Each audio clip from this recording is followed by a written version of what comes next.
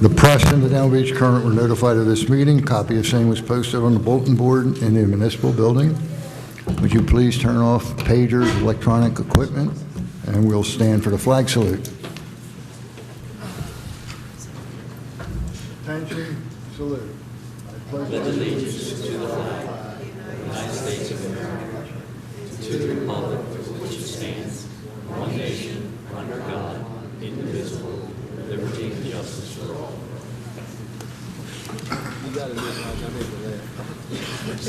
Would you call the roll, please?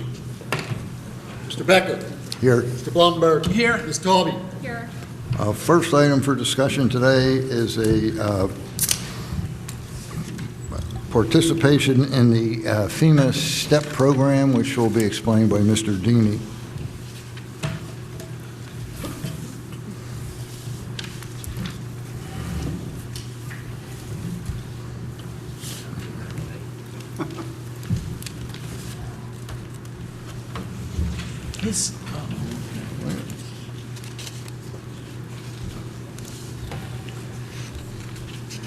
Municipalities in New Jersey have an option through the state and through the FEMA program to participate in what's called a STEP program, which is a program intended to keep people in place so that they don't have to abandon their homes while long-term repairs are being made if in fact they can make simple repairs to be able to stay in place.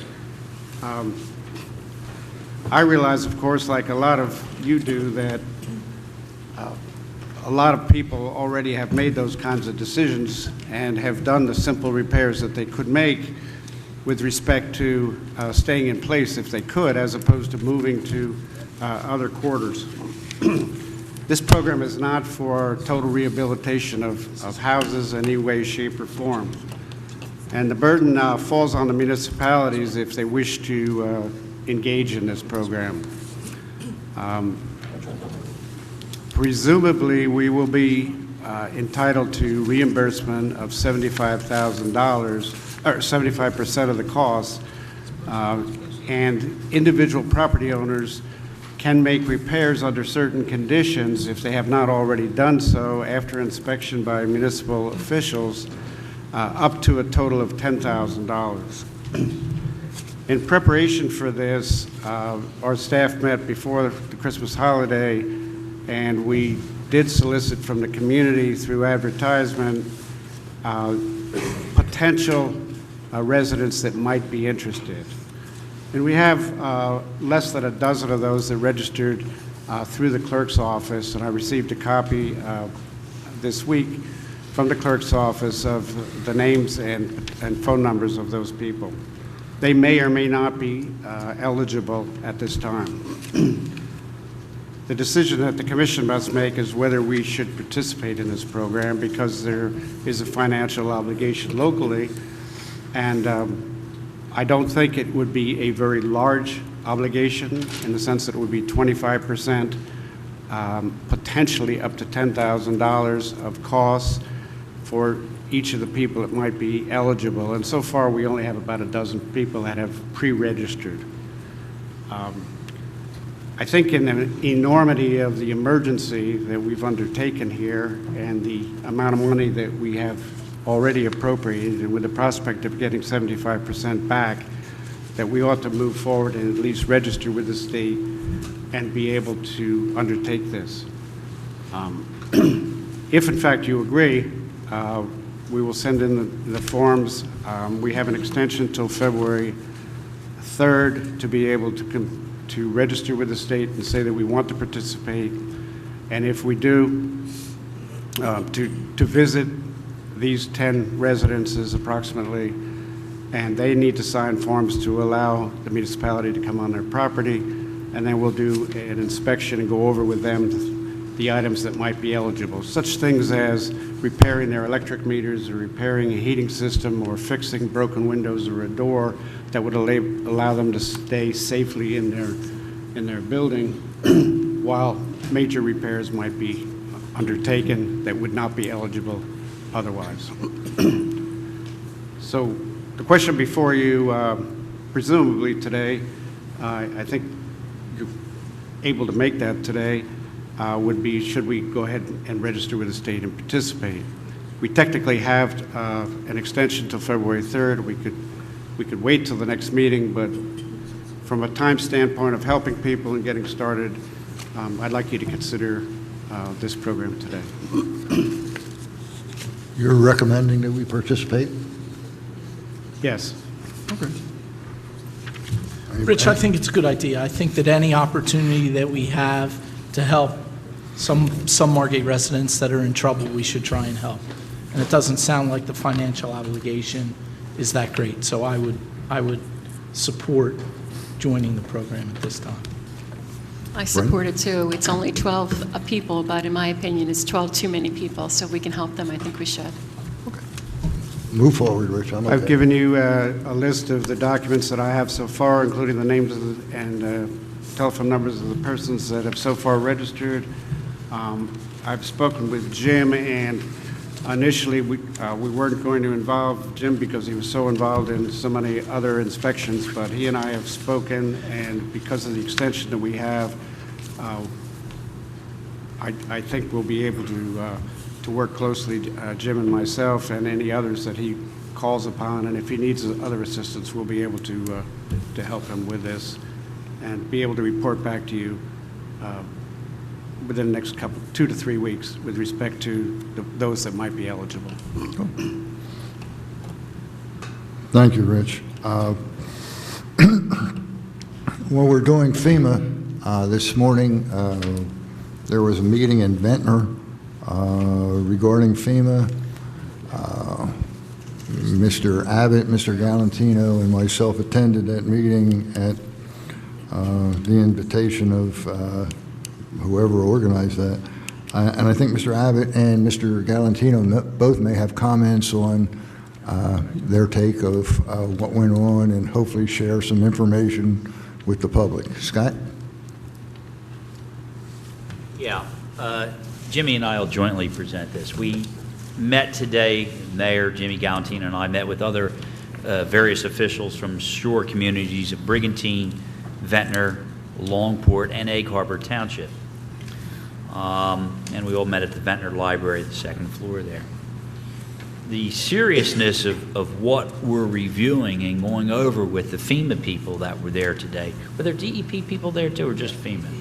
DEP and FEMA. It's really starting to sink in how serious of a problem the property owners on the barrier islands are going to have, particularly in the V zone and the coastal A zone, which is essentially all of the island. For instance, if your home has been substantially damaged, there's a requirement now that you have to elevate your home, in some instances up to approximately 15-foot elevation. And to give you an idea, Jimmy brought some color photographs to show you what the goal is. Perhaps more significantly, if your home was substantially damaged, it looks like you're going to be required to put piling in, even if you're repairing your home. And that means the home's going to have to be raised up, presumably moved out, put helical piling or regular piling in place. The cost will be enormous. We also have this issue of flood insurance in V zones, particularly if you have a non-conforming structure. Let's say your elevation's 11. My own home, I'm at 11. I didn't have any water in my home. It looks like I have to be up past 13. Am I correct, Jimmy? And as a result, this is the figure they gave us. It'll cost you in flood insurance approximately $10,000 per non-complying footage. So if I'm off by 2 feet, it could be as high as $20,000 a year for flood insurance. I find that mind-boggling. I don't know that this is what they said. I don't know if that's actually what it's going to be. But you are talking about very, very substantial flood insurance premium increases. And you're talking about, we're not, the government is telling us that we're going to have to significantly raise homes that have been damaged. And this will apply to any new homes, which incidentally will have to get CAFR permits, even if you're not on the water. CAFR jurisdiction, Jimmy, am I correct, has been expanded. So if you're building a new home on Ventnor Avenue, you're still going to have to get a DEP permit now. So these maps that we hear about and show these elevation figures, they are only tentative. They're being proposed, but it looks like a pretty solid bet that that's what the requirements are going to be. This will have a profound impact on our real estate market. So this is what we're working on. There are many zoning ramifications on it. The communities we've organized today and got emails so that we can present a united front to see if we can't relax at least some of the designation areas of V zone. Margate, I think, is about, maybe 20% designated V zone, but they also have coastal A, which is only 1 foot less than the V, and same construction requirements, piling under their house. Our building inspectors, Jimmy Galantino from Margate and the other ones, the other communities, are being overwhelmed with these questions because nobody is really sure how to move forward at this point in time. What we do know is that if the old style of building, where you had those solid walls going down the ground, that's going to be a thing of the past. We're going to look like Cape Hatteras if the FEMA people get what they want, and this is what's in their regulations. What do you want to add to it, Jimmy? Anything? We have another meeting in 2 weeks. Jim? We'll have more information. Jim, you want to get a microphone, Jim? What's that, Mayor? I'm asking Jim to talk into the microphone. We just have another Doesn't meeting have a in mic. January. In another 2 weeks, we'll have more information. So we'll get you, whatever we get that, about the possibilities that we're going to move forward with. Scott, I have a question. Aren't these proposed FEMA requirements going to have to be debated and redebated in the legislative houses? I mean, I don't. My understanding is that FEMA can't just enact and without legislative approval. Is that true? Here's my understanding. In fact, is the engineer for Brigantine, Ed Stinson, related this to all of us. He had met with them the other day. As you probably saw in the press, the Brigantine is quite upset with the vast designation of Brigantine Island as V zone. The maps most likely come this summer will be presented as for final adoption. There is then a 60-day appeal period, and he anticipates that there will be appeals. The maps will not become final until the appeal periods are exhausted. Okay, maps present, but who does FEMA present the maps to? It does to? not sound to me like this is Congress voting on it. It's not our elected representatives voting on it.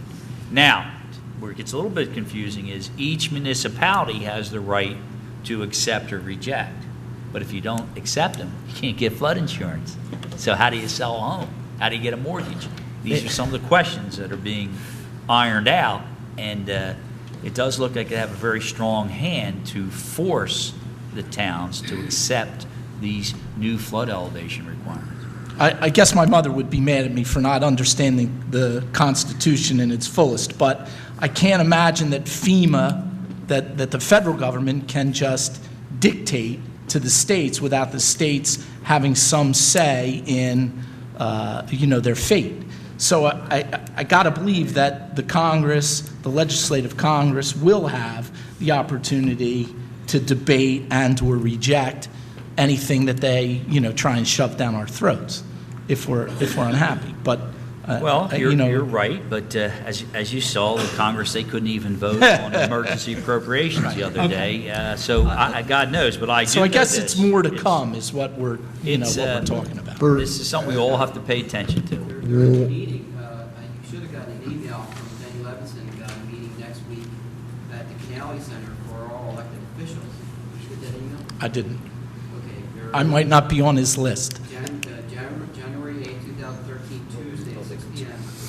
All elected officials are supposed to go and get education on these advisory-based flood elevation maps, which you could go to and Okay. answer that same question. Okay, and it says advisory, which means that there's nothing that they've mandated. And I don't think that there's anything that they're going to be able to mandate without significant input from the states. Well, Can I address that, Marty? Yeah. You're correct in that each community will, have the option of either going or not going, basically. And if you Right. don't join up, your residents will not be eligible for flood insurance. Right. That's the hammer. But again, I think that there's going to be a tremendous wrangling before FEMA gets, these things approved. That is my point. I understand what you're saying as far as the local residents and municipalities being subject to whatever they finally adopt. But I got to believe that there's going to be a long process for them to get approval on what it is that they're trying to get approval on. That's just my, and again, I don't know enough about it. I'm sure that we're going to learn. This is going to be a learning process for a lot of people, and all I can tell you is, guys, you're really going to have to pay attention. The impact on Margate and the other island communities It's huge. is enormous, and we're not even past the first round here yet. So this is what's going on. Every building department is wrestling with this problem. We have the problem with builders now. They don't know really how high to go up with their homes. And again, you see these pictures. You see the guy at the end of Thurlow Avenue. He's a foot shy. He should be a foot higher under the standard that their proposed map shows. So it's a very difficult situation for us.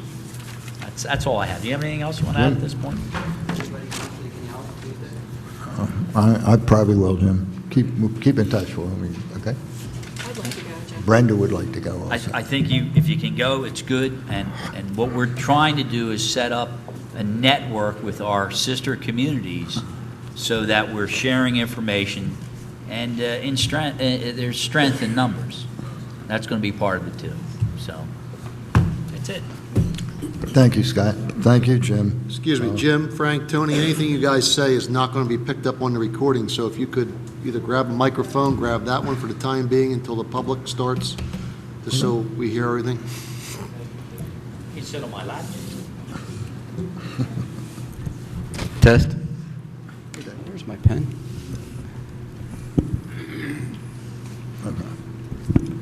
Since you have a microphone, Jim, and we're going into department head reports, why don't you begin? I'm all in. I did it. You done? I mean, if that's not enough, I don't know what else we can do. Yeah. All right, thank you. Chief DeVasso. Everything's going well in the fire department right now. Nothing else to report. Thank you. Frank? Things are going fine in Public Works. We're still cleaning up from the storm. We're still working on the beach end streets. We're still moving sand. We're also preparing our winter equipment for snow. We did clean our salt garage out. We lost 50 tons of salt, which was minimal compared to what we have stored in there. We ordered new salt, and we will be putting that information in for FEMA, for the FEMA report. And tomorrow, we're going to start disassembling the building department and starting to get them set up in the school here in their rooms. It's going to be a lot of work. It's going to take some time, but we'll move right along with them and help them out the best we can. That's about it. We had a new tractor delivered, the one we ordered, and we're in good shape equipment-wise. Okay. Thank you, Frank. Sure. Lisa? I will keep this brief. I know there's a lot on the agenda. Happy New Year to everyone. So I want Revenue and Finance, very busy right now, still trying to close out year-end and roll over the system and do what needs to be done as far as that is concerned. I was in touch with the auditor, and I will advise him as to when the records are ready and available for him to come in to begin preparation of the annual financial statement and the debt statement, which is due at the end of this month and the beginning of February. Really don't have anything else. I'll have double for you next time. One other thing I just want to mention very briefly, I was nominated to chair the executive committee for the GIF, and I just would ask your approval for us. I'm going to recommend that Margate begin to host at least some of the monthly meetings. It would definitely make it easier on me not having to travel all around Atlantic and Cumberland County. And now that we have a larger room here, I think we could house the member town. So if that's okay with you, I'm going to make fine. that That's recommendation. fine. Good idea, Lisa. Congratulations, Jim. Okay, thank you. You okay? You okay? Great. Thank you, Lisa. Rich, you have anything else? I have no reports, but I note that our engineer is not here. He's ill today, and there are a couple things on the agenda that I'm sure that Frank or myself could help explain if you have any questions. There's a minor change order to Amherst Avenue project for $1,234. It involves just some very short additional pipe and perhaps a manhole or another object. I don't have the information in front of me, but it's only $1,200 on a $396,000 contract, and I did look at the change orders a week ago or so. That's item number 12. And then Frank can help you with an award of contract to Video Pipe Services. We took bids earlier, and I'm not sure whether anybody else is going to speak to that, whether the clerk's office or Frank wants to speak to that. But if you have any questions on that, you can ask them later. Thank you. Thank you. Scott? Just a clarification, Mayor. Towards the end of this month, we'll have that Egg Harbor Township meeting. I know we passed a resolution in opposition to that billboard sign. My understanding is that I am to go there and voice opposition to that electronic billboard sign. Do you, or you can individually do this, you can do it now, do it later, want to express to me your rationale as to why we're opposing it, or are we happy with the resolution the way it's worded? This is that electronic, it's like a television screen. At this point in time, it's only facing the mainland. But it's pretty easy to see. I think if it gets approved, we may see a lot more of these, and we may see it facing Margate. And Scott, did you get Roger's email about? I did. Okay. I did. I got Roger's email. And so that's coming up. I think it's the, what is it, 27th? I think we should do as we decided and also do the letter, and I can email you some thoughts for the letter, and maybe No, we Maureen do White that. can give you some. That would be great. Would that be helpful? It's all helpful, yes. You got it. Not a problem. Anything else, Scott? No, I don't have anything else. Okay. Tom? No, I don't have really much. Happy New Year. I didn't hear anybody mention it, but Dr. Lynch was in yesterday. I was supposed to be here. I couldn't make it. Met with Ed Wahlberg and Ron, and I don't know if Frank was there or not, regarding a recommendation for the proposals we took for mold remediation at City Hall and the other buildings. And I know he made the recommendation, and I believe it was for remediation specialist, but I was hoping to talk to Ed about it today, but he's not here. But that's all I have. Thank you, Tom. Roger? Getting back to the FEMA advisory flood elevation problem, there are a lot of people in town, in spite of the fact that these are still just advisory numbers, who are in the middle of either raising houses or starting to construct houses, or who have plans approved and they're ready to go in and dig a foundation. And all of these houses are approved at 11 feet above mean sea level under the current system, which may change, and may change drastically for almost everybody in town. Based on that problem, builders don't know what to do, homeowners don't know what to do, house raisers don't know what to do, because they don't know what elevations to go up to. Taking a conservative approach, Jim Galantino and I advised the planning board, and the planning board took an action last week that it wishes to undergo a major overhaul of the base flood elevation requirement for building new houses or raising houses in Margate, so that it will conform conservatively to the FEMA advisory flood elevations. And if those elevations should change one way or the other, we could change our ordinance again, but we need to do something now, or a building boom, a building industry, so to speak, in Margate will come to a screeching halt. and it will be, that could be extremely depressing on the entire economy of Margate. So a planner, the planning board last Thursday agreed to retain a planner to do a study, and they're going to have a special meeting, and we want the public to attend this special meeting on Thursday, January 10th at 7 p.m.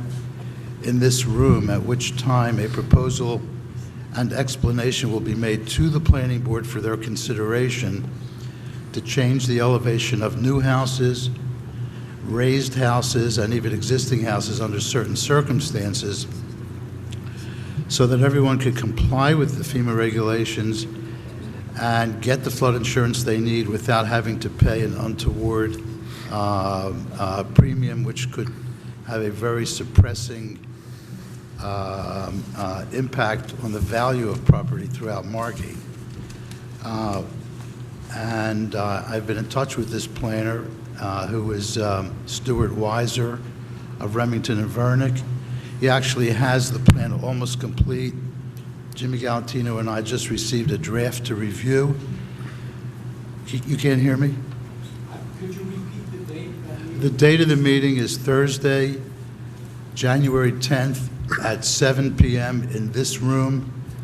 Please enter through that door, door number 2. Do not enter through the main door of the Union Avenue School. Anyhow, this will be presented. The public is invited. There are legal ads in the newspapers, and there will be a display ad in the Current this week, a larger ad, so everybody will see it. And we hope that we get all of your input and that the planning board is able possibly to make a decision that night. And if it is capable of making a decision after that presentation, it's possible the matter has to go back to the commission, to the city commission. It could be introduced, if things work out well, on the 17th, and it could be passed a couple of weeks after that during a public hearing. This second reading would be an additional public hearing. So there would be 2 major public hearings, January 10th and the second reading of the ordinance, and hopefully that will calm down a lot of people and allow a lot of things to proceed in town while we're waiting for the Maury 6 to 18 months is what I've heard before we're going to have anything definite. So we can't wait that long to do something. And the planning board's going to do something. Thank you, Roger. Thank you. Oops. Roger, if I might ask. Sure. So are we going to take up issues with, say my house is at 11 and was just built at 11. Okay. Now, my next-door neighbor wants to build or might have to consider building his house at 13. So now the overall height of his house could be 2 feet higher than my house. Correct, yeah. Will that not present problems in each and every district that we have as it relates to the character of the neighborhood, the look of it? Is the planning board going to decide on a case-by-case basis whether or not it is or is not, or will it be up to the homeowner? I guess maybe I don't quite understand. Well, the objective is we feel like during the years between 2004 and 2008, when the master plan was revised 3 times, and each time the height was suppressed and compacted in the interest of the public wanting less large-size houses or smaller-size houses. The feedback that we get is that the houses are compressed to the size they have to be, just about, maybe a little bit too much. So we don't want to inhibit the size of the house you can build. So what these new regulations will attempt to do is to tell you, well, you could build the same size house in the same district, but you're going to have to adjust where the first floor is. And yes, there may be a difference of 1 or 2 or even 3 feet between houses that are right next door to each other. And that's got to be part of the new face of Margate, unless you want to tell the guy next door to you, I want your roof to be at the same height as my roof, but since your floor has to be 2 feet higher, you're going to get less house. You can't get that attic, that third half a floor or whatever. That's what we think we don't want to happen. Right, okay. I understand. Thank you. Maureen? I guess everybody saw the paper the other day. We moved back into the Union Avenue. We're still going to continue to have court in Longport, and we're just happy to be back. And it was, Frank's guys helped a lot, and it's just, we still have a lot of stuff that's coming over in transit this week coming up, but we're just glad to be back with everybody else. We're glad to have you back. Thank you. Chief? Happy New Year to everybody. Everything's good in the police department. I was hoping Ed would be here because I had a question. I know those of you that travel Amherst Avenue, we're at Union and Amherst, the contractor for the paving project, there's a gigantic sign there that says uneven pavement. That's more of a traffic hazard than uneven pavement is. So have you I'll seen? contact Ed about that. And I would like to have that sign removed. Because it's That only, big- it's only a that big warning. one. What's that? The big one wide Yeah, at the bottom? it's in the middle, and people go into the other lane. So I don't even believe we need it, because it's not like it's a 3-inch or a 4-inch, it's only an inch dip.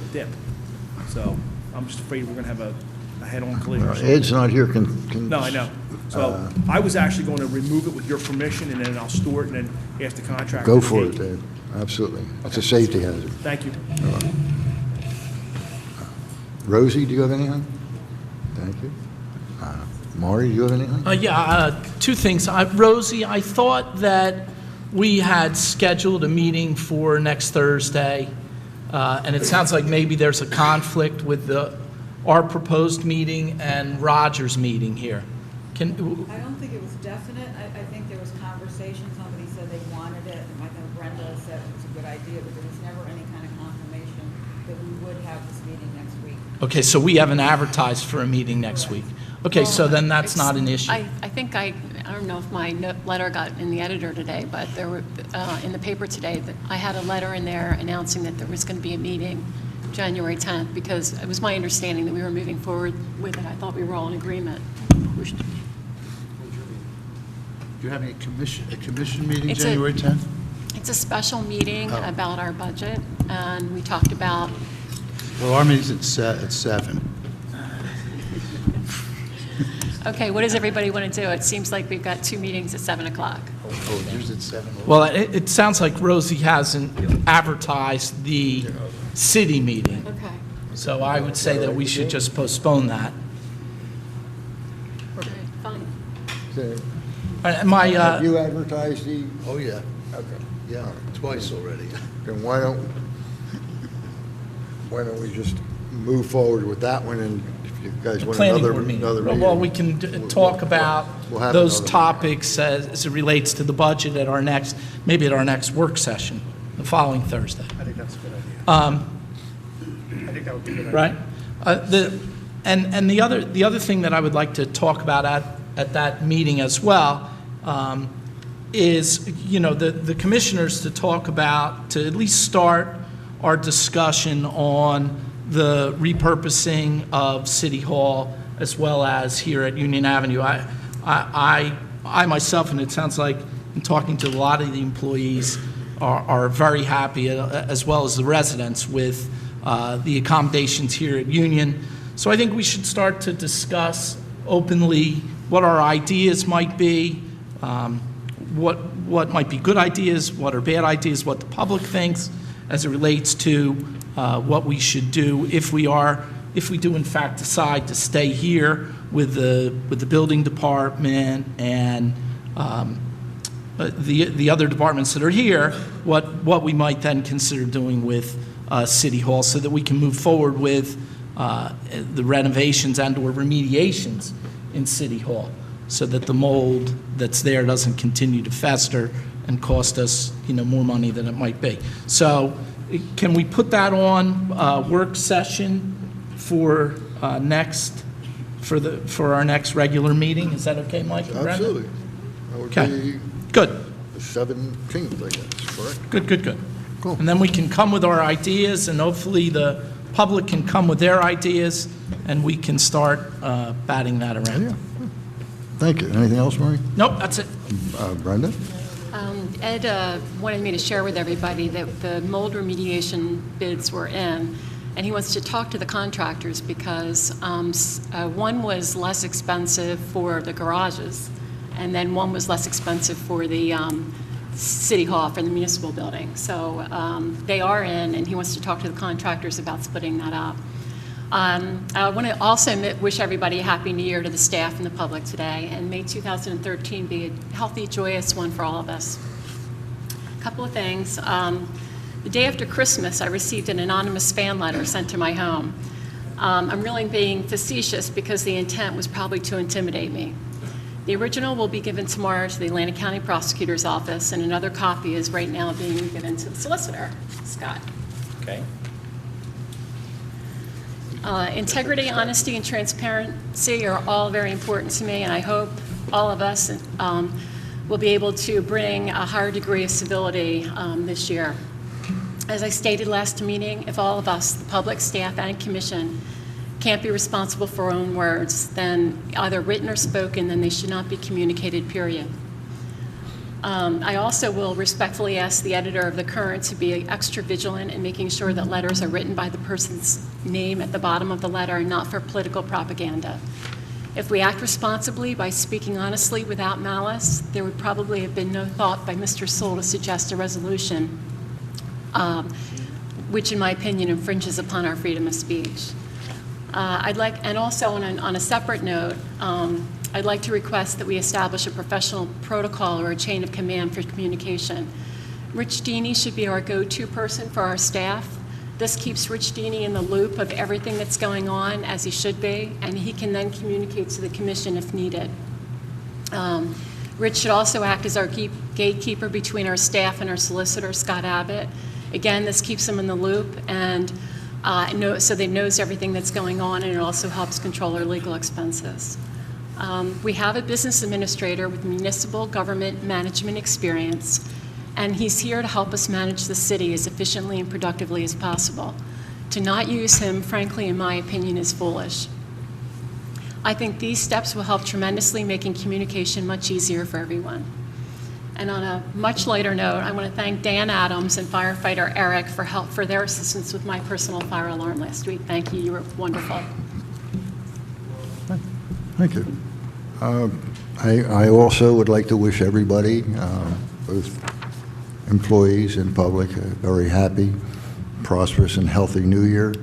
I have one letter, which is actually it's a complimentary letter. I'm going to pass it to Rosie to be part of the record. It's very complimentary of the tax assessor's office. It's always nice to get good things, and I think. Well, I'll leave it there. We'll save one for the next time. Happy New Year, everybody.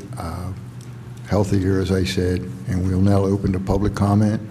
You have 3 minutes for anything that was discussed here today. And Mayor, can I have a minute, please? I just wanted to comment on what Commissioner Harvey just said about having our city administrator being the gatekeeper between staff and solicitor and kind of the go-to person. And that's great, but we all have to remember that he's here 3 days a week, and we need to broaden that a little bit because, you talk about stifling everybody's right to speak. I think we want to be careful about our own staff. We need to be able to, if we need to contact someone or we feel something is urgent for us, then we need to have another person or another way to do this. So just when you go about doing that. When we get to that, we'll work on that. That's a good suggestion. I hear you, and correct me if I'm wrong, Richard, but you're always available to any of our department heads and to us as a commission, I think, by phone when you're not here.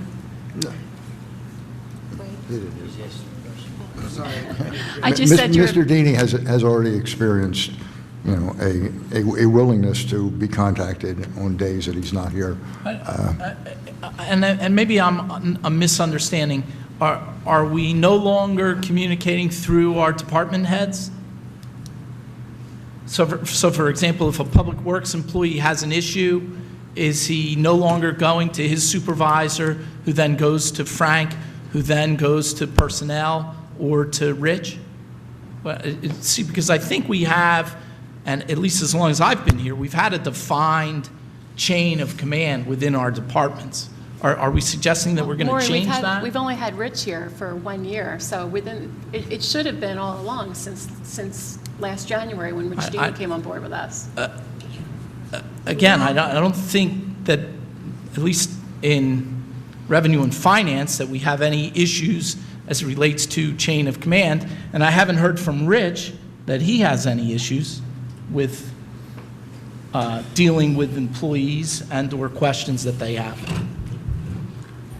I personally don't think that there's any serious concerns. I need to work with each individual commissioner in this form of government, which I've been learning how to do over the last year fairly well. And what I heard Commissioner Tawby say, and I may be wrong, what I heard her say is it relates to the solicitor, and I think it may be a follow-up for what we talked about last meeting in terms of dealing with a solicitor, dealing with public comments, and dealing with personnel.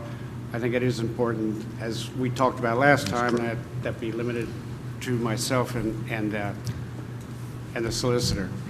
The other thing that we did talk about in September, and frankly, Scott sharing the microphone with me, but I think we've worked out extremely well, is working and not having everybody contact Scott, and whether it be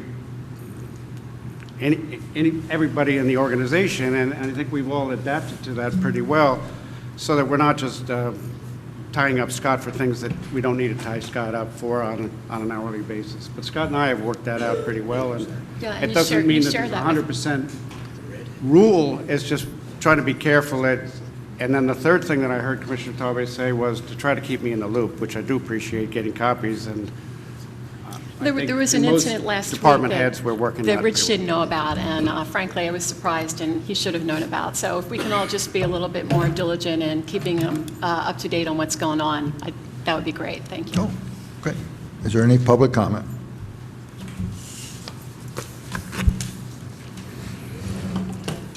Stephen Altman, 9003 Amherst Avenue, Margate.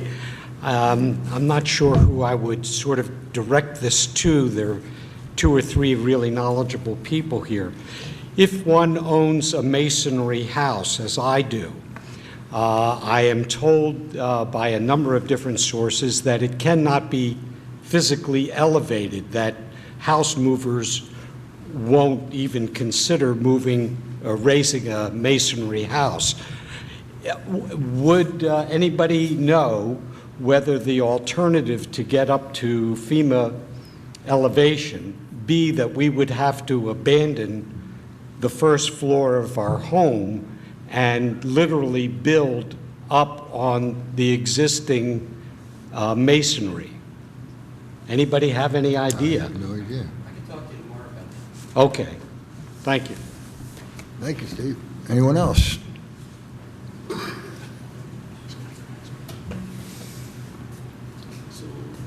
Sewell, 22 West Drive. Following up on the remarks of the solicitor, I once again request that not only we be concerned about that sign out on the Margate Causeway or bridge, but also perhaps approach Trenton with a resolution, or perhaps even Washington under FEMA funding, to take control of that bridge, since they were the only way in and out of Margate City during the storm. And I don't think that we should be held hostage by that particular family. It's the last privately owned bridge in the entire state, and it's time that they came up to the 21st century, and it's incumbent upon this commission to at least pass a resolution suggesting that the state or feds put up the necessary funding to secure ownership of that bridge. Secondly, following up on the remarks of Commissioner Tawby, the solicitor can correct me if my recollection is poor, but I believe it was U.S. Supreme Court Justice Cardoza who clearly stated and stipulated that the First Amendment does not entitle anybody to yell fire in a crowded theater. Likewise, I'm sure Cardoza, were he alive today, would also be adverse to having public employees tried in the press without a scintilla of proof. This is rather serious. You expose the city to additional litigation. I think it's incumbent upon the mayor, if he wants to be mayor and lead this city, make it crystal clear that if any commissioner on this commission proceeds to make unfounded allegations against public employees, that commissioner be deemed acting ultra vires and beyond the scope of their employment.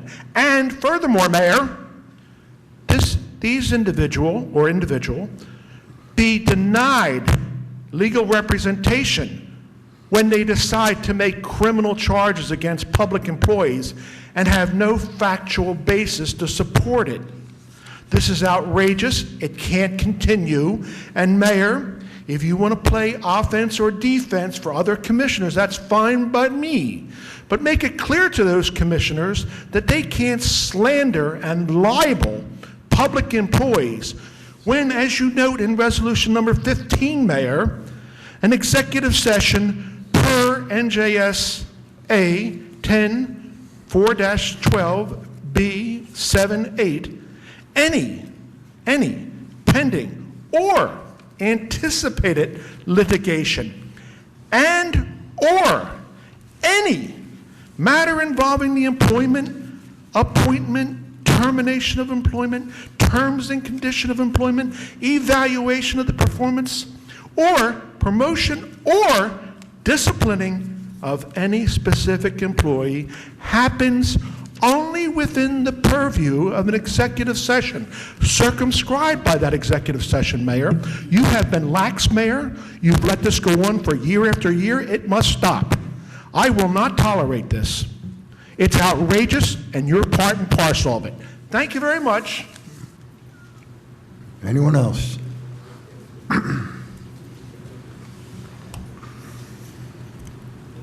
Sharon Simon, 424 North Thurlow Avenue. First, I'd like to thank Jimmy Galantino, Mr. Galantino, and Mr. Abbott for all their work with the FEMA group and trying to keep us apprised of what's going on. You mentioned the meeting in 2 weeks. I thought I heard the mayor say, let me know, I might attend.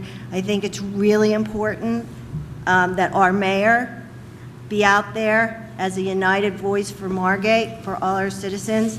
We really can't speak for ourselves. At least we're not as heard as loudly as the mayor of our city, the mayor of Ventnor, and so on and so forth. So I would ask, as teamwork, and since Mayor, you also the department head of the building department, if before those meetings you could discuss with Commissioner Blumberg and Commissioner Tobey, or after the meeting discuss with them, and we show a united front represented by one person of our government. I think that is really the way our communities need to go. I think it's important, one voice, one unified voice. I think otherwise our needs and our negotiations, or whatever you want to call them, won't be as strong. So, Mayor, is that something that you'd be willing to represent Margate citizens with regard to those? I'd be very happy to represent Margate citizens. Okay, so that can I count on you to communicate with your commissioners so that we'll have one united front? I will try and keep them up to abreast of whatever I know. I will be happy to do. And the two of you can certainly provide the mayor with any points or information you'd like to get across. I think that's really important. I also agree with the idea of looking at, Commissioner Tobey had mentioned, it's a new face of the city because of the Storm Sandy, and we have a lot of issues. City Hall, the old Historical Society building, Union Avenue School, and I'd like to suggest, and Steve Altman I know is here from the committee, that Union Avenue committee become like a citizens committee, the same people. There's people on there, for each of you have selected people, so it's a well-rounded group. And I'd hope that, it could keep the information open. And if you're willing to do that, I think that'd be a great idea. And also that they could present at each commission meeting some of the discussions they've had, and it will tie into opening it up to everybody.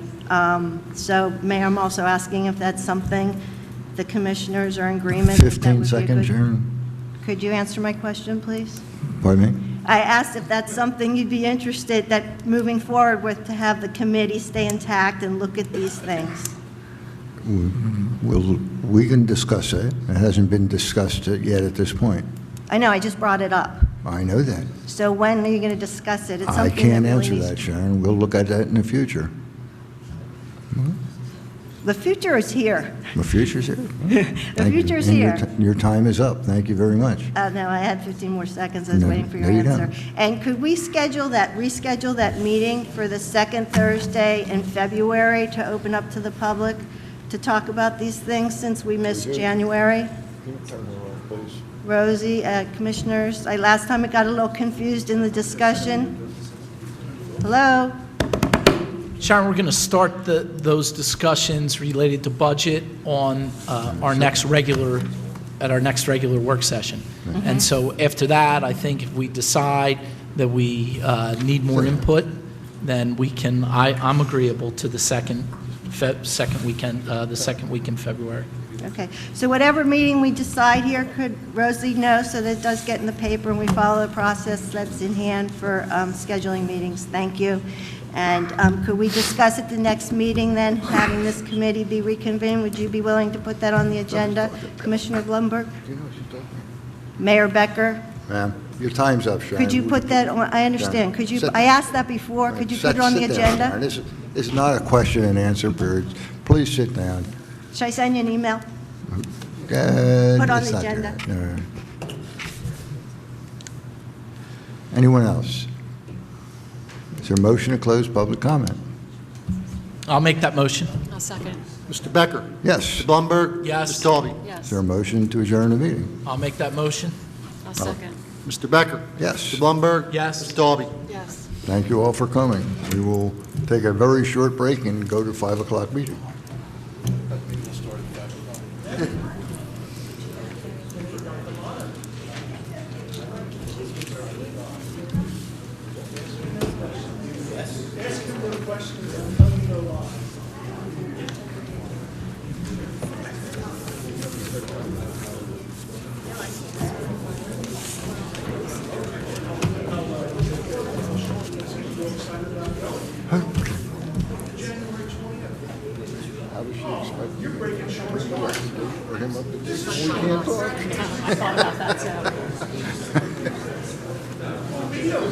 This is Roger Rubin, the legendary Roger Rubin. Well, thank you.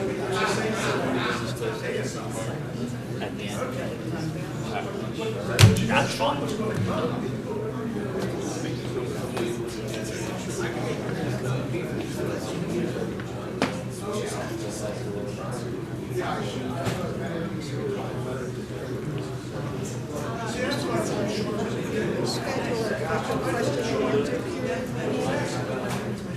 How you doing, man? What's that?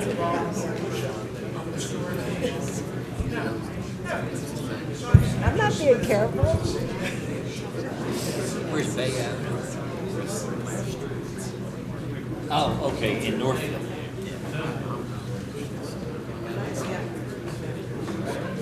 Well, it's not through the city. Yeah, it's still in front of their planning board. What the interesting thing is how they get it through the DEP. That's the amazing. That's sunny.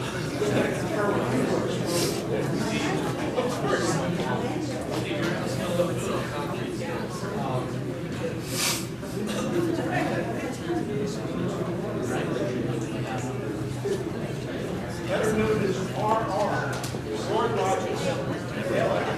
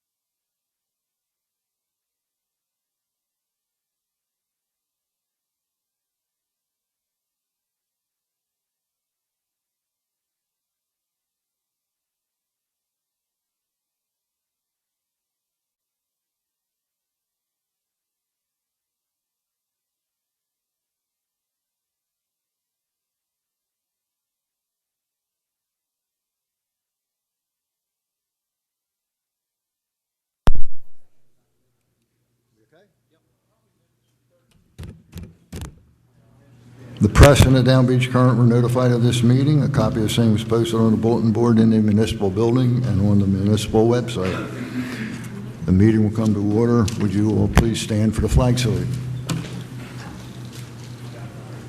Attention, salute.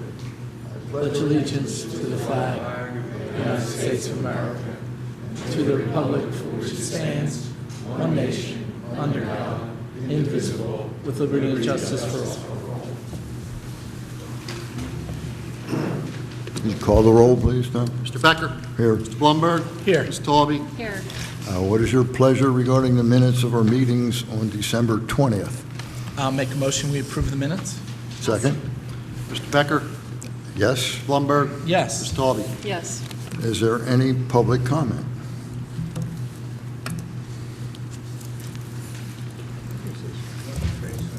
I don't know.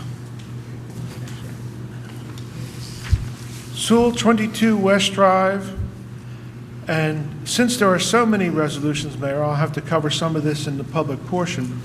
If you see that, once again, we have the city prosecutor being reappointed rather than out to bid. I'm not against a reappointment, but I'm against the reappointment of a part-time position with full-time medical benefits. Mayor, you had more or less assured me that we would address this matter at some point in time, and to date it has not been sufficiently addressed unless you've terminated those benefits. And if you do not terminate those benefits, you have a fiduciary obligation to the citizens and taxpayers of this town to not reappoint. It should be an appointment without full medical benefits. It is unconscionable. It should not be grandfathered in. There's no grandfathering permitted. I think Mr. Dean would back me up on that point, Mayor, and this can't continue. And I think we should either hold off on this particular resolution or make it contingent upon having no medical benefits attached to it. I think this is only fair, Mayor.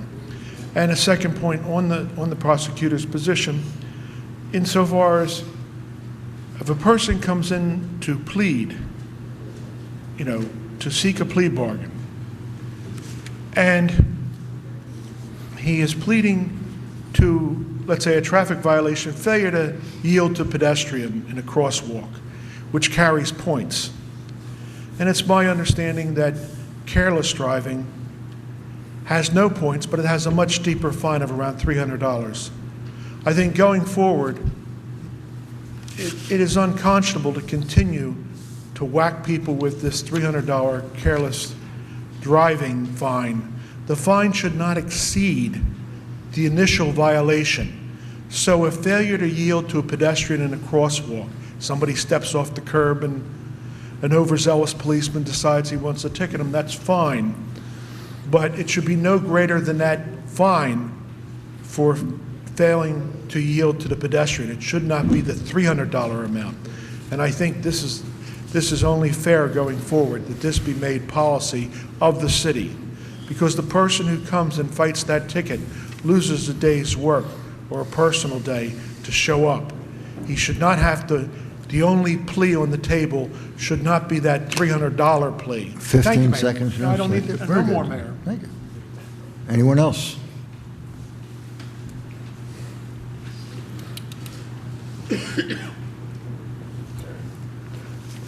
Steve Warner, 103 North Sumner Avenue. I'd just like to make a comment on something that was said at the last meeting. I'd like to thank John for his interpretation of the First Amendment. I have an interpretation too, John. I think if you invent a crisis and you alarm people, this is not protected by free speech, okay? But if you get public documents through Open Public Records Act, which is legal, and you write letters based on these documents, even if you upset some people by what's happened and what they have done, okay? This is protected by the First Amendment. This is free speech, okay? If you're telling the truth, you have a right to do that. That's protected by the First Amendment. If you're lying, that's not protected by the First Amendment.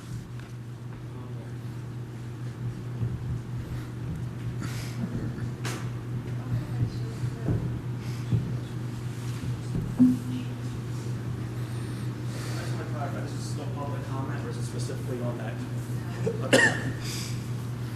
Hi, my name is John Sabasis. I reside at 6 North Wilson. I am a summer resident. I'm here today just to discuss a situation that had occurred while we were working down in the community here. First and foremost, I've been coming to this community for almost 30 years. My wife and I decided to purchase our first property back in the year 2000. We enjoy the community. We've invested in the community. We've bought some rental properties. We've also built some homes in the community. We've worked extremely well with the building department. It's been a pleasure to deal with everybody in the community. And we really, really enjoy being part of the community.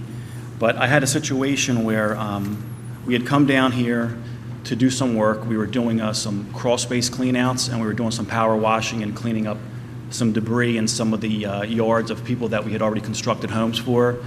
We were cleaning up our own properties. I had placed some signs specifically on our properties within our property limits and not within the right-of-way. One morning, I got a phone call from one of my employees working on one of the streets, one of my neighbors' homes, saying that he saw somebody removing our signs, and he thought it was a sign company. So he thought maybe I called somebody to go move some of our signs around. About a half hour passed.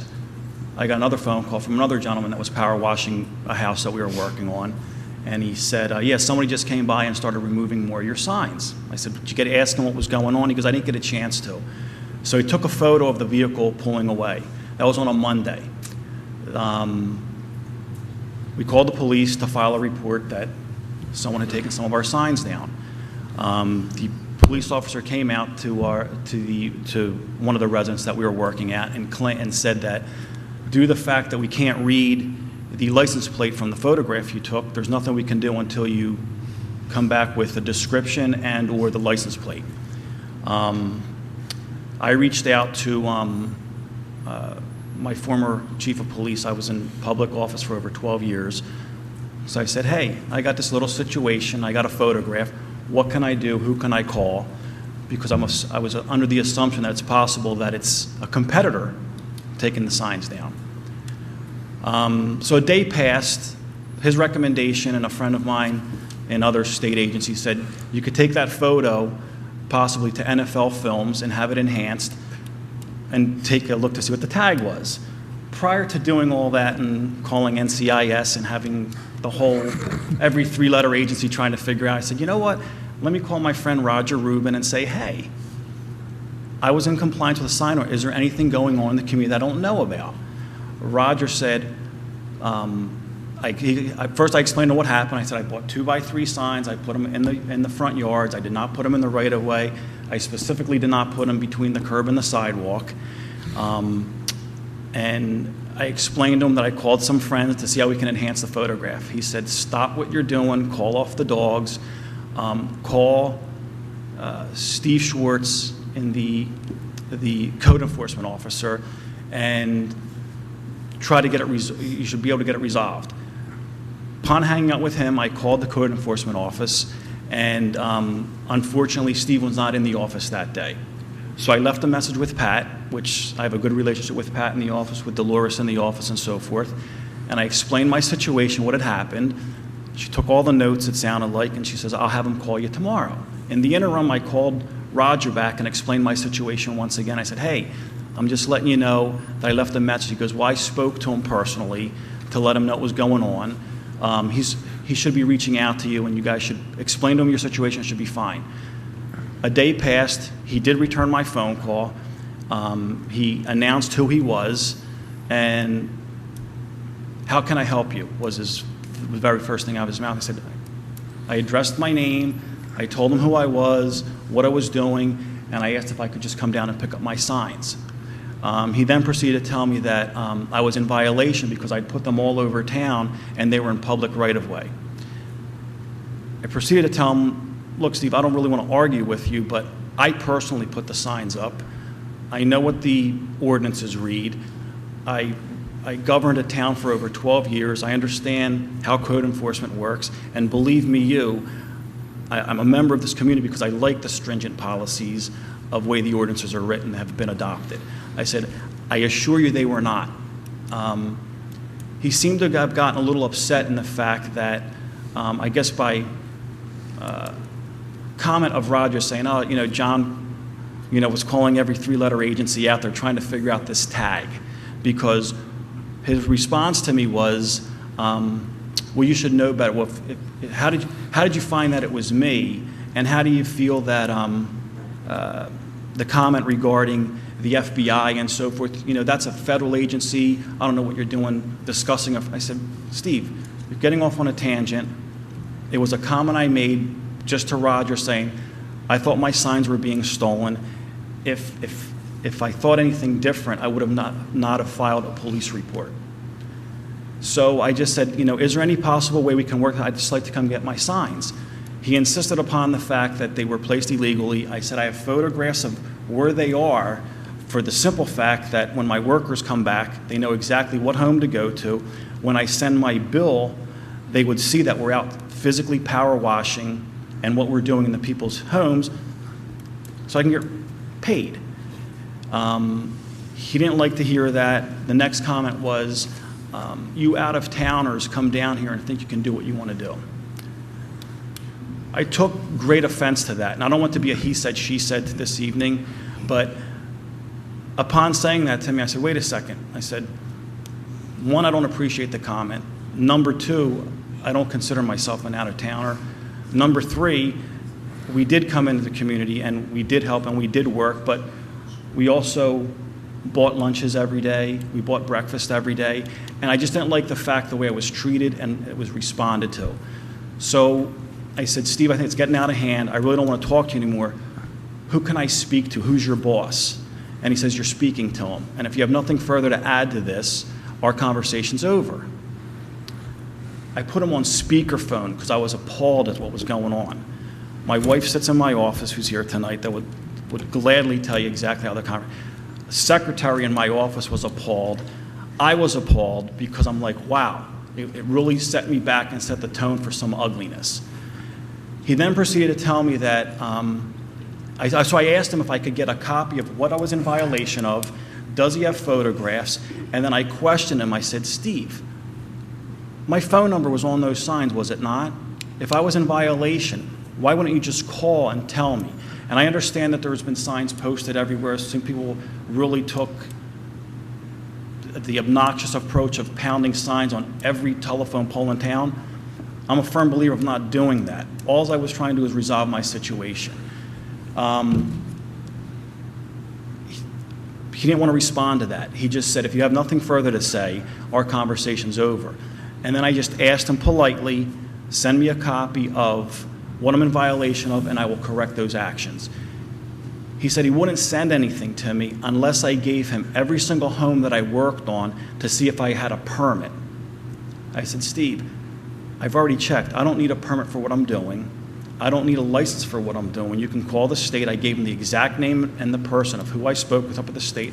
I have a builder's registration number. So the conversation just got ugly. We terminated, and I just said, look, I'm just going to go to the next step. I had left a couple messages for Jimmy Galantino. I know you guys have been extremely busy with what was going on down here. I let the dust settle. I waited 3 weeks to come down here and just say, here's what happened to me. I have photographs of the car pulling away. It was his own personal vehicle, because I understand the code enforcement vehicles were damaged by the storm. I explained that to him, that when he came out, he didn't have anything on him that anybody could recognize. And I said I would gladly forward you pictures of where all my signs were. I just didn't want to argue with them. So I'm just here today, one, trying to get some kind of resolve. Not looking for a battle. All I'm looking for is, how do I get my signs back? Can I get them back? Can I get reimbursed for them? And if I was in violation, I will gladly pay whatever was due. But I didn't find myself to be in. John, I'm sorry all that happened. Why don't you call me tomorrow, and I'll look into this, and give me or leave me your phone number today before you leave. And, I'll shoot you an email. It's fine. Okay. Okay. Okay? All right. Thank you, John. Thank you. Anyone else?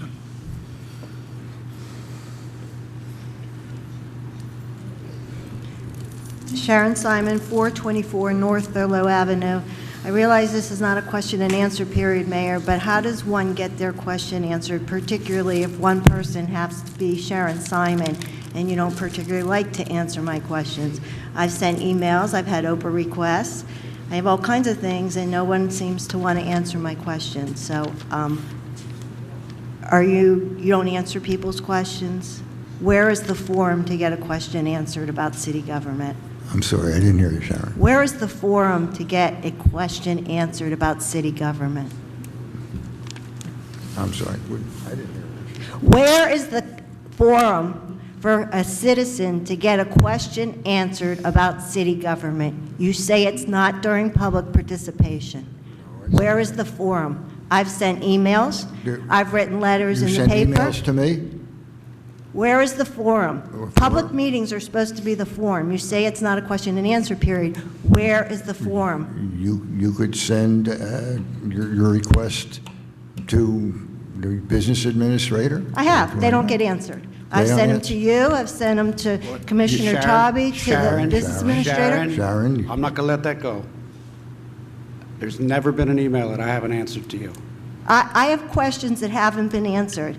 And when I come here to get them answered, I'm not directing this at you, Mr. Deeney, but I have asked questions of Mr. Deeney, and the answer has been that he's giving the answers to you.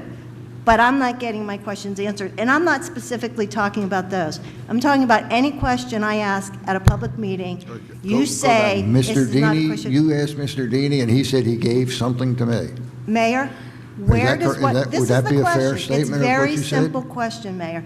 Where does a citizen, regardless of what it pertains to, get their answer question if public participation in a meeting is not a question-answer period? You can send information to the proper department head?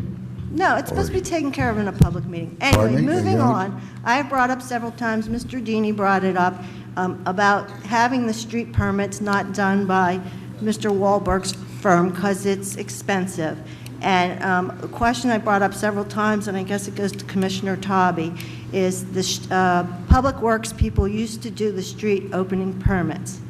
And I've spoken with Frank several times, who I believe is sitting in the back, and if this is something the Public Works could do, why are we going to continue to pay Mr. Wahlberg's firm to do them?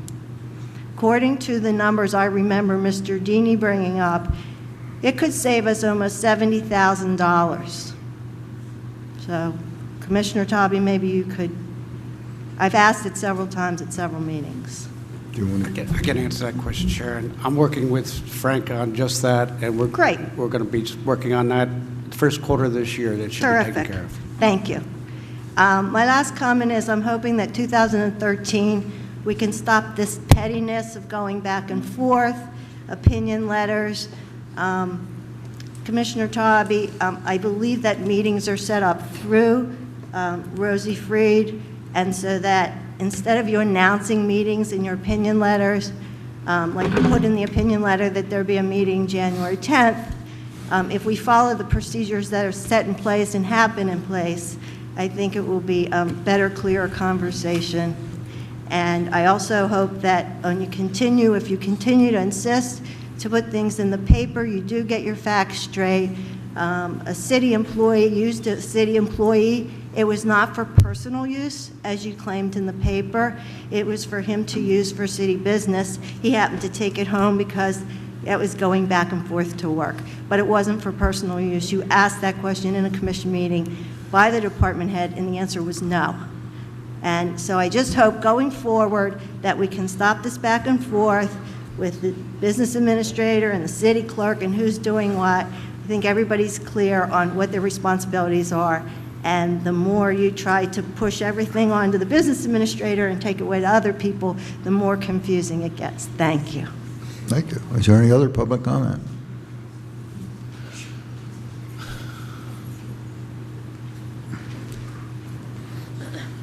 Hello, my name is Nikki Tripp. I'm not a resident, but I'm with NJ Hope and Healing, and we're a project through FEMA and the Mental Health Association. We're providing crisis counseling and, connecting people with resources who've been affected by the hurricane. So I just want to be present to let everybody know that we're here and see if there's any organizations in the community that might be working with survivors that it would be good for us to outreach to. Nikki, do you have a business card that you can leave the three of us? We're actually out of flyers. We have a new batch coming in tomorrow, but I could leave my information or stop back with them somewhere else if that would. Okay.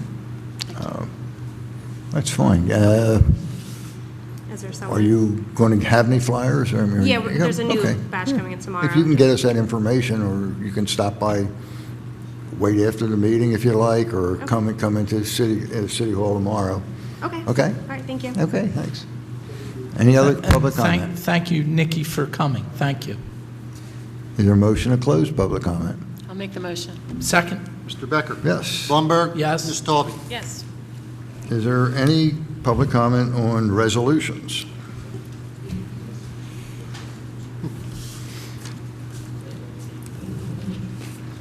Sewell 22 West Drive. Mayor, your attention to Resolution 05. Can you briefly outline what we're spending $28,000 for a risk management consultant? It's my understanding that JIF has a rather competent legal department which stands ready, willing, and able to afford any and all types of advice and direction if so requested. Could this not be a $28,000 superfluous, redundant expenditure,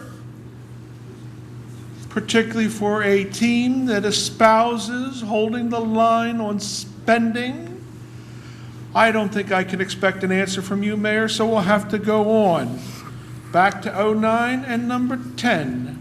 09 and number 10, the solicitor received 2 emails, and surely the first thing he did was open up the Wall Street Journal today to realize that the law schools are cranking out 40,000 graduates for less than 11,000 positions. So we have a surplus of 30,000 lawyers dancing around each and every calendar year or academic year. And I would strongly say that rather than do a knee-jerk reappointment, perhaps we consider putting these positions out for bid. Just as we are careless in allowing the school board to peg the starting salary for somebody green out of college at $52,000 plus $26,000 in medical benefits for a total of $76,000, far more than the superintendent's husband would ever dream of paying for folks with a full PhD and a master's degree for good measure. Mayor, this type of squandering of property taxes must come to a halt. This type of spending, Mayor, is fiscally irresponsible, and it is the hallmark of the past 6 years of your mayorship. Thank you very much. Thank you, sir. Anyone else?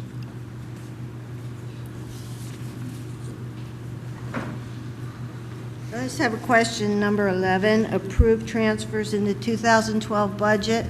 Are these all the transfers for the whole year? No, that's different. That is not the transfers, that's the bills list. The transfers, are they attached anywhere, Rod? Did we get? There's one transfer? It's for last year's budget, if something had to be moved from one line item to another. Okay. And so these are, what is this? That's the bills list. For the whole That's a year? No, for the month, or for the period, the bi-weekly period. We pay bills bi-weekly. Oh, because there's PO dates of 1/10/12. Yeah, they carry over into this year. Okay, okay.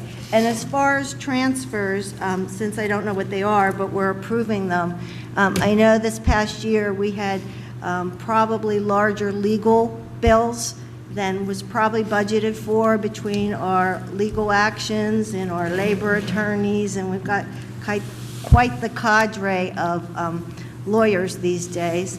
and legal arrangements. Where is all that money being transferred from? I'm sorry, where is it coming from? Yes. Do you want me to repeat what I said? It's coming from our legal funds.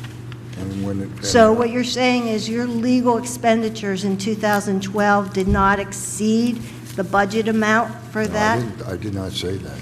Well, that's what the transfers would be. When you do transfers, they really come from one line item to another. So it was done several times, probably throughout November and December when you're allowed to do transfers. So to answer your question right now, I couldn't say specifically. So we'd have to go back and look at the various line items they were transferred from. So We don't would I- have that right now. So would I contact you about that? if I Lisa want- would have it. Lisa? Okay. Yeah. I'll This- contact I Lisa. can answer that question. Sure. It's a small amount of money, it's $3,700, and it comes from money that was left over in election expenditures. So it's not an over appropriation of the budget, it's a transfer within the budget of $3,700.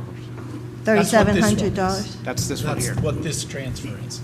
There's only one that we're approving tonight. But that's not for the whole year? Correct. So in other You'd words... have to get all of the resolutions to look at that. We don't have the other ones. Okay. All right. Thank you.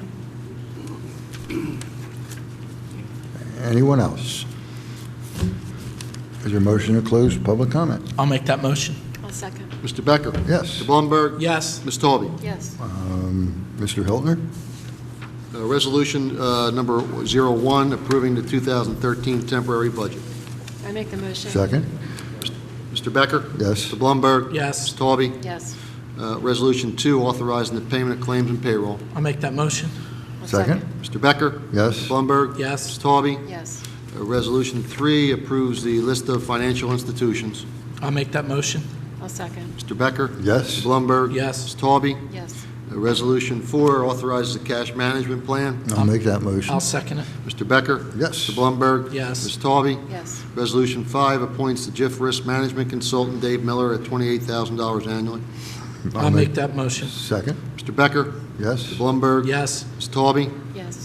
Resolution 6 approves specifications for landscape maintenance throughout the city. Bids received on January 15th. I'll make that motion. Second? Mr. Becker? Yes. Mr. Blumberg? Yes. Ms. Taube? Yes. Resolution 7 authorizes an auction for ice cream vending for the licensed 2013 summer season. I make the motion. Second? Mr. Becker? Yes. Mr. Blumberg? Yes. Ms. Taube? Yes. Resolution 8 awards contract to Earth Tech in the amount of $8,863 for demolition of 404 North Lancaster. Make that motion. Second. Mr. Becker? Yes. Mr. Blumberg? Yes. Ms. Taube? Yes. Resolution 09 reappoints James Swift as public defender for 1 year. Make that motion.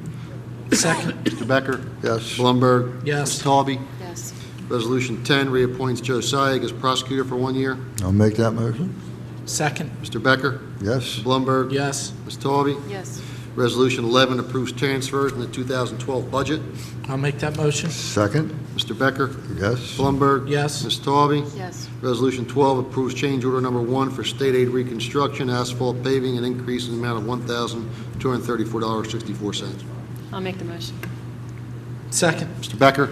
Yes. Blumberg? Yes. Ms. Taube? Yes. Number 13 is taken off the agenda. Resolution 14, award contract to Video Pipe for 1 year in the amount of $125,640. I'll make that motion. Second? Mr. Becker? Yes. Mr. Blumberg? Yes. Ms. Taube? Yes. And Resolution 15 authorizes executive session for any pending or anticipated litigation, any matter involving employment, appointment, termination, employment terms, condition of employment, evaluation, etc.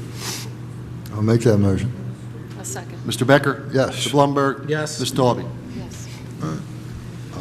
We will go into executive session.